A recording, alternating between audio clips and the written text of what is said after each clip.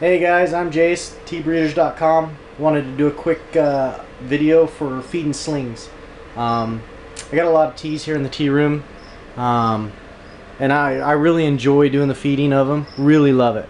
Get good pictures, and just see the interaction with the tarantulas that you don't get on the day-to-day. But I hate feeding the slings, man. It just takes so long when you get in these cups. All these crates are full of my egg sacs. I'm working on my bee wagons, and these guys are just absolutely tiny. They're like 0.25 an inch. What I feed them is the flightless fruit flies. This is just a fruit fly colony, you know, you get from like flukers. But you know, if you've done fruit flies before on the little guys, that's what it's a great thing to feed them. But it's hard to get like a couple in the cup, you know, they just want to dump out, you know. So I got a little system to where I can go through these guys pretty quick, and I thought I'd share it. Okay, so I'm going to prop the camera up here on the table so you can see the table. Okay, so these guys and these things, they can't really, I mean, they climb and all this stuff, and they can climb the sides, but you can tap them and keep them in there, you know. So what I do is I get me a stack of these bee wagons lined up. Okay, so we'll stack a bunch so they're ready to go, so I'm not trying to dig them out. Okay, so now what I do is I take this colony right here and I try to tap out, you know, 6, 8 of them or so. Pop the lid on these. Grab the 2 that are getting away. You can just take the lid and scrape them. It doesn't kill them, it just moves them. And then grab 2 of them, scrape them off, put the cup below. I hope that showed up on video, but pretty quick. So grab the next one, grab the top, kind of scrape them all, grab 2 of them, put the lid below the table, scrape the 2 off into the cup, and just go through them that way. So grab next 2.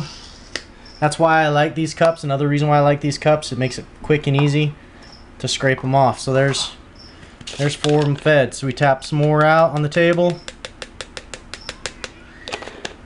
Plenty. You can see them starting to walk away. They don't fly, you know, they're flightless, so they stay there on the table as long as you don't breathe heavy and blow them. Scrape the next 2 into the cup.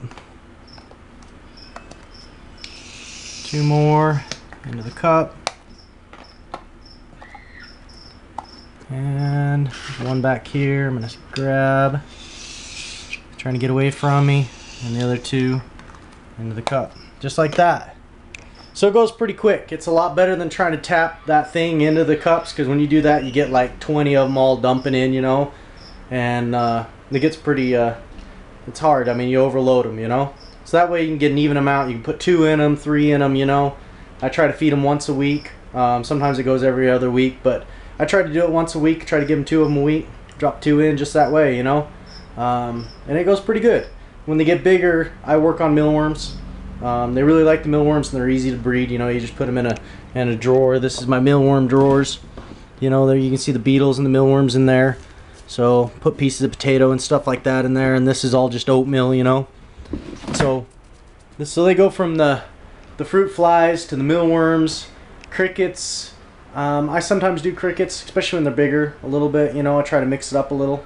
I have done a lot of the breeding in the crickets. Problem I found with crickets is they're easy to get mites in the cricket cage. They produce out of there trying to breed them, and I don't like mites in the room, so I haven't done much of the breeding with crickets much anymore.